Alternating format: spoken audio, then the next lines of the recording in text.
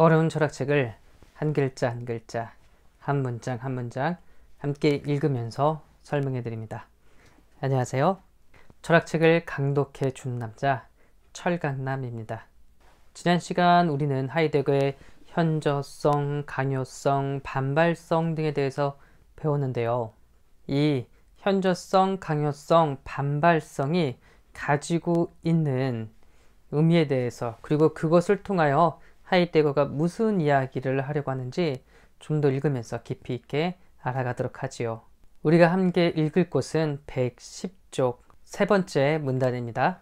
현저성, 강요성 및 반발성이라는 양상들은 용제자에게서 전제성이라는 성격을 나타내는 기능을 가지고 있다. 그러나 이때 용제자는 고작 전제자로서만 고찰되거나 관조되는 것이 아니다. 스스로 고지되는 전제성은 여전히 도구의 용제성 속에 구속되어 있다. 도구는 아직 단순한 사물이 될 만큼 은폐되어 있지 않다. 도구는 내팽개치고 싶다는 의미에서의 도구로 된다. 그러나 이처럼 내팽개치고 싶다는 경향에도 불구하고 용제자는 끄떡없이 전제성을 지닌 채 여전히 용제자로서 자신을 드러낸다. 어떤 도구의 쓸모없음, 바로 이런 비용제성을 통해서 저것이 우리가 이론적으로 보는 어떤 관조하고 연결된 거 아닌가? 그것과 상관 있는 거 아닌가? 라고 질문을 던질 수 있어요.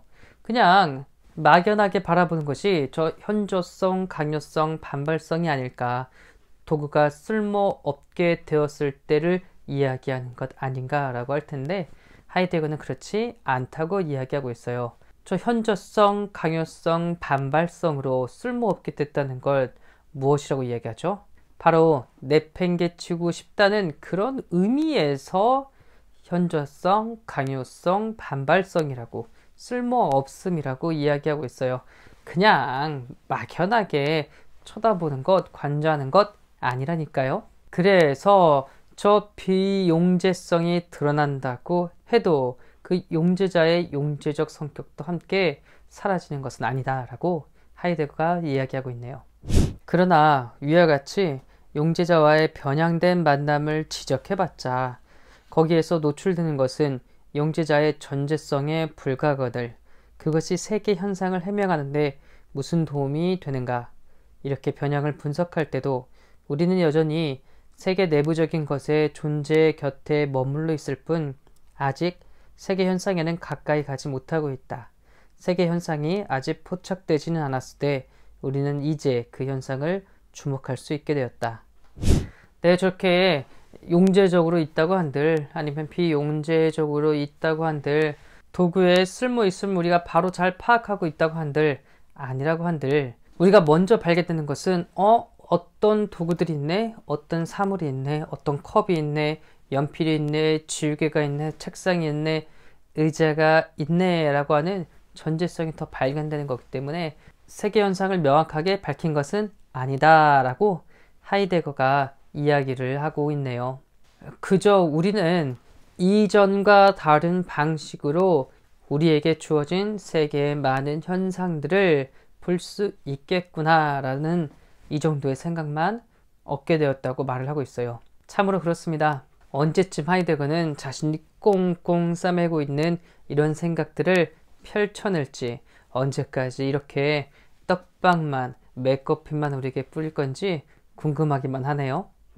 현저성, 강요성 및 반발성에 있어서 용제자는 일정한 방식으로 자신의 용제성을 상실한다. 그러나 이 용제성 자체는 비주제적일 망정 용제자와의 교섭 속에서 이해되고 있다. 용제성은 단순히 소멸해 버리는 것이 아니라 사용 불가능한 것이 현저해질 때, 말하자면 자신에게 이별을 고하는 것이다. 이때 용제성은 다시 한번 자기를 드러내는데 바로 이 경우, 즉 용제성이 이별을 고할 때에 용제자의 세계 적합성도 자기를 드러내는 것이다.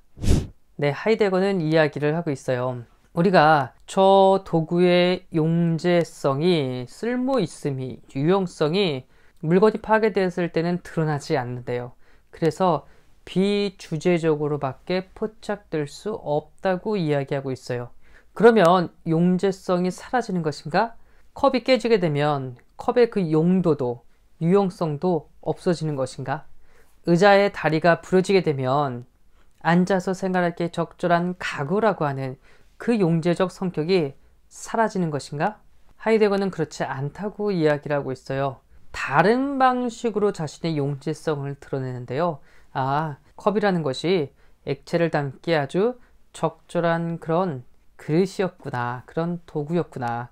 의자라는 것이 사람들이 앉아서 생활하는 데 도움을 주는 적절한 가구였구나 라고 하는 기존의 쓸모 있음에서, 기존의 용제성이란 성격에서 안녕 하고 이별을 하는 방식으로 자신을 드러낸대요. 그리고 이때 오히려 세계의 어떤 적합성이 드러나게 된다고 하이데거는 말을 하고 있네요. 이때 세계의 적합성은 하이데거가 용제자의 세계의 적합성이라고 이야기를 했습니다. 아주 쉽게 이야기하자면 저 도구가 쓸모 없어질 때, 그러니까 컵이라는 게 매우 우리가 유용하게 사용했었어. 의자라는 것이 이곳에 있어서 우리가 참으로 편리하게 사용했는데 라는 생각이 든다는 거죠. 그러면 컵은 저 주방 어딘가에 있었을 거고, 의자는 도서관이나 학교 그 어딘가에 있었을 거란 얘기네요. 즉, 그 도구는 자기의 쓸모 있음에, 자기가 사용되는 것에 비추어서 아주 적절한 곳에 있었구나 라는 것을 우리가 생각하고 깨달을 수 있게 되는 거라고 하이데거가 말을 하고 있어요. 도구로서의 용제자의 존재 구조는 지시에 의해 규정되어 있다. 신변의 사물이 지니고 있는 특유하고 자명한 직자성도 그 사물을 사용하면서도 분명하게 거기에 주목하지 않는 배려에서 만나지만, 이 배려는 더러 사용 불가능한 것에 부닥치는 경우가 있다. 어떤 도구가 사용 불가능하다는데 도구가 쓰일 곳을 향하여 뭐뭐하기 위한 용도성의 구성적 지시가 방해받고 있다는 것이 함축되어 있다. 지시는 그 자체로 고찰되지 않지만 지시는 그 지시하에 배려적 안배가 행해질 때 거기 그 현장에 있다. 하이데거의 사유를 이해하기 위한 아주 중요한 개념 하나가 나왔어요. 그것은 바로 지시라는 개념이에요. 하이데거는 이야기합니다. 우리가 사물을 대할 때 취하는, 사물에 몰입해 있는 그런 모든 태도들을 무엇이라고 이야기했죠? 배려라고 이야기를 했죠. 우리가 이런 배려적 관점에서 그냥 쓱 바라봄으로써, 배시를 함으로써 사물이 여기에 있구나, 저기에 있구나, 즉 자기 스스로 어딘가에 존재하고 있다는 것을, 직자성을 발견하게 될 겁니다. 지시는 그 사물이 있는 곳, 배려와 배시가 이루어지는 그 현장에 언제나 존재한다고 이야기를 하고 있어요. 자, 그래서 우리가 사물을 쓸모없게 되었다, 더 이상 사용하지 못하게 되었다, 이렇게 생각을 해보세요. 그때 그 사물의 용도성이 더 분명하게 명확하게 드러난다니까요. 안경이 필요한데 안경이 없어, 혹은 안경이 깨졌어, 다리가 부러졌어. 그럴 때 저 안경이 있어야 내가 제대로 볼 수 있을 텐데, 이런 생각이 더 들지 않겠어요? 어디에 앉아야 되는데 계속 서 있으려니까 다리가 아픈데, 지금 여기 있어야 될 의자가 존재하지 않아. 의자가 있었으면 좋겠어. 어디서 의자를 가지고 올 수 없나? 이런 생각이 들지 않겠냐고요. 그래서 이렇게 우리가 도구를 사용할 수 없을 때, 현저하게 될 때 오히려 안경은 나의 눈을 제대로 잘 보게 하기 위한, 혹은 내가 지금 계속 서 있으니까 다리가 아프니까 앉기 위한 그 용도와 내 귀와 코에 걸려 있어야 된다는 그런 장소성, 혹은 여기가 도서관이라는, 영화를 보는 극장이라는 그런 구체적인 어떤 장소를 가리키고 있다고 말을 하고 있어요. 즉, 내 코와 귀에 안경이 걸려서 나의 시력을 보완해 줘야 되고, 지금 영화관에서, 극장에서 저 영화를 긴 시간 동안 봐야 되는데 서서 보기에 너무 불편하니까 앉아야 될 텐데 그것의 필요를 저 비용제성 때문에, 현정성 때문에 방해받고 있다는 거예요. 그리고 바로 그 가운데 지시가 들어있다고, 그곳에 지시가 담겨 있다고 하이데거는 이야기하고 있네요.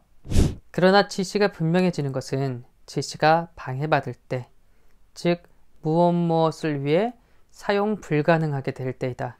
그러나 그때에도 아직 존재론적 구조로서 분명해지는 것이 아니라 작업 도구의 손상에 봉착하는 배시에 대해 존재적으로 분명해지는 것이다.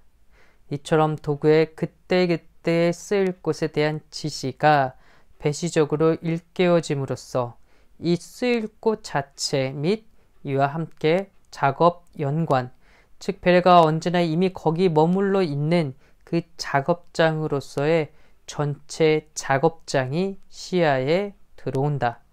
도구 연관은 아직까지 한 번도 보여진 적이 없는 전체로서가 아니라 배시 속에서 부단히 처음부터 이미 보여진 전체로서 밝혀져 온다.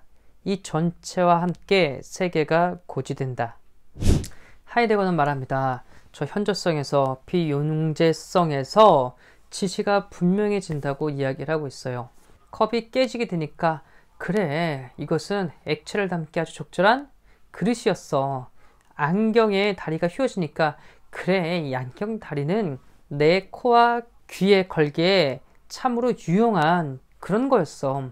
의자 다리가 부서지니까 그래, 의자는 우리가 장시간 무엇인가를 집중할 때 서서 할 수가 없으니까 앉아서 많은 일들을 길게 해낼 때 아주 유용한 도구였어 라고 하는 지시가 거기에 다 들어가 있다고 말을 하고 있어요. 더 쉽게 이야기하자면 컵은 우리에게 액체를 담으세요, 물건을 담으세요 라고 말을 하고 있고요.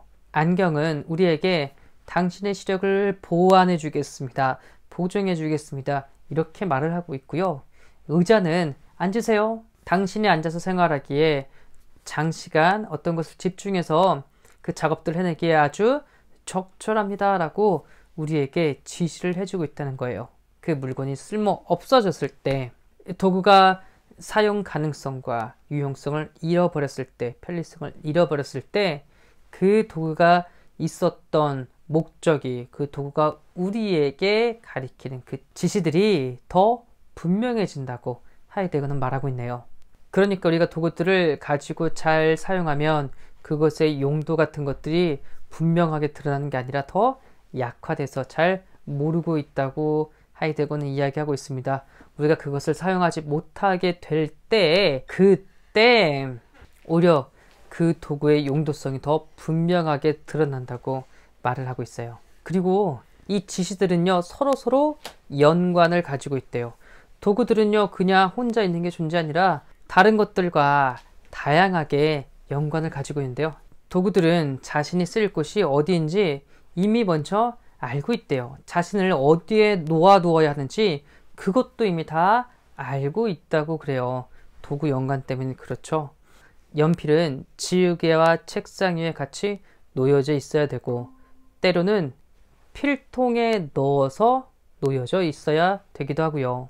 그것은 노트나 종이들과 함께 있어서 무엇인가를 메모해야 될 때 그때 사용될 것이다 라고 자기가 쓰여질 것도 함께 지시하고 우리에게 알려주고 있다고 말을 하고 있어요. 그러므로 우리는 개별적인 것 하나, 또 개별적인 것 하나, 어떤 공간 하나 따로따로 분류해 놓고서 사유하고 사용하라는 것이 아니라 이 도구가 말해주는, 지시해주는 연관들 속에서 다양한 도구가 서로 자신이 어떻게 사용되어야 되는지, 그리고 무엇과 함께 사용되어야 되는지, 어디에 놓여져야 되는지를 다 연관해서 우리에게 알려주고 있다고 하이데거는 말하고 있네요. 이렇게 전체적인 맥락 하에서 드디어 세계가 우리에게 자신을 알려주고 있다고, 열려 있다고, 개방되어 있다고 하이데거는 말하고 있어요. 자, 어떻습니까 여러분? 이제부터 조금씩 하이데거가 말하는 세계가 무엇인지 어렴풋 알 수 있을 것 같지 않나요? 아직도 잘 모르겠다고요? 어쩌면 당연합니다. 지금까지도 하이데거는 꽁꽁 싸매고 있네요. 다음 시간 계속 읽어가면서 하이데거가 말하는 세계가 무엇인지 계속 알아보도록 하죠. 오늘 또 긴 시간 이렇게 어려운 책 저와 함께 읽느라고 너무나 수고하고 애쓰셨습니다. 감사합니다.